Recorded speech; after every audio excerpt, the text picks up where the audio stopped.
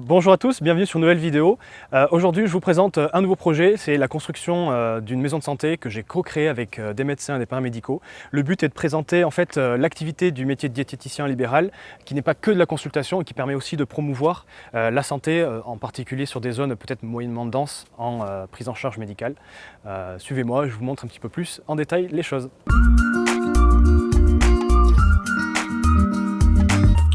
En France, surtout post-Covid, on a une prise en charge de la santé, en particulier dans les cliniques et dans les hôpitaux, qui sont un petit peu à flux tendu.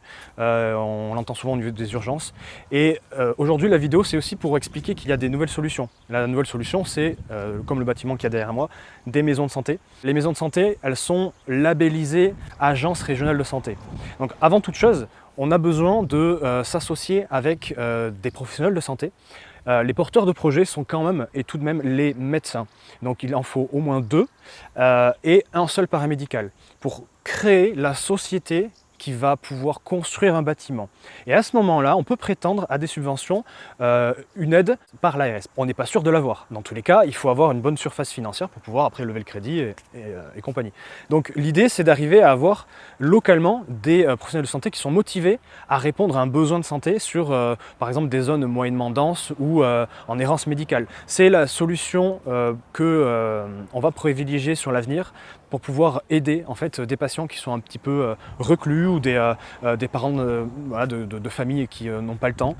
Ça permet aussi de pouvoir accueillir des gens qui ne seraient jamais allés à l'hôpital ou juste se déplacer à un médecin qui est assez loin ou la prise en charge par exemple de l'obésité va être compliquée. À la suite de la création de la société civile immobilière pour le bâtiment, en fait, on va pouvoir inclure d'autres professionnels de santé qui n'ont pas voulu ou qui n'étaient pas là lors de la création du bâtiment, qui a plus une valeur peut-être un peu patrimoniale, mais pas trop en fonction des statuts. Justement, c'est tout le principe, c'est d'apporter du médical dans des géographies qui n'en ont pas. Donc, pour l'exploitation en fait de ce bâtiment, il va y avoir une autre société, une CISA. On pourra développer ce que c'est qu'une CISA plus tard, ou n'hésitez pas à aller sur Internet, c'est plutôt intéressant maintenant pour avoir de l'info.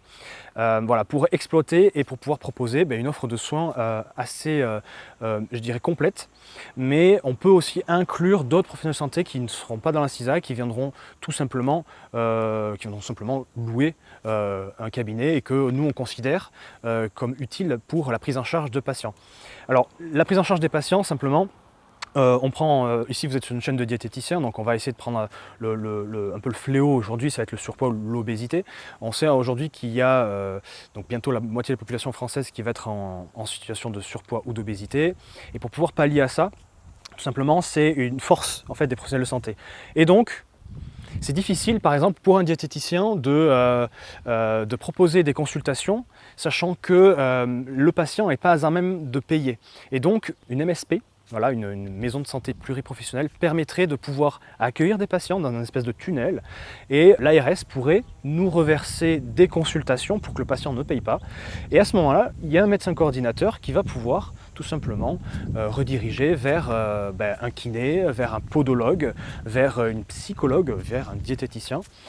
Tout ça dans le but d'améliorer sa prise en charge, mais aussi de pouvoir réfléchir à comment l'aider.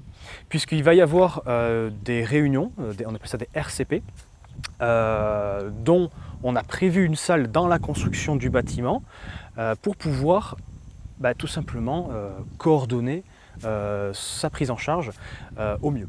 Si vous avez des questions, vous pouvez m'écrire à Max Le Diète sur mon Instagram, d'ordre administratif, d'ordre juridique, d'ordre bancaire. N'hésitez pas, j'essaierai de répondre au juste. Par exemple, sur la subvention de l'ARS, c'est pas un dû, c'est nos impôts, donc c'est leur politique. Il s'avère que la création d'une MSP, elle n'est pas forcément obligatoire en fonction de votre localité. Derrière ça, on s'est motivé à essayer de créer notre structure presque de cœur, puisqu'on a une vision sur 10 ans, 15 ans, 20 ans d'activité, et donc un plateau qui va être déjà tout fait, clé en main par le promoteur, mais aussi un plateau vide que l'on va tout simplement aménager.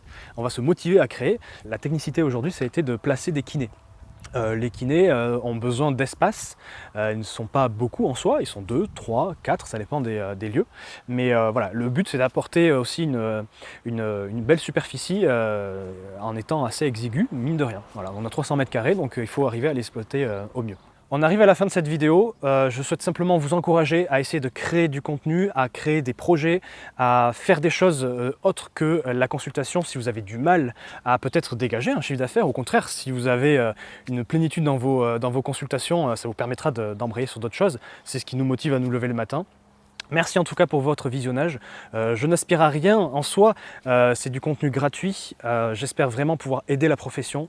J'aime creuser les choses, j'ai vraiment à cœur d'aider le métier de diététicien, mais aussi de la santé au sens large, par ce contenu un petit peu différent. Merci pour votre écoute, à très bientôt pour une nouvelle vidéo et salut!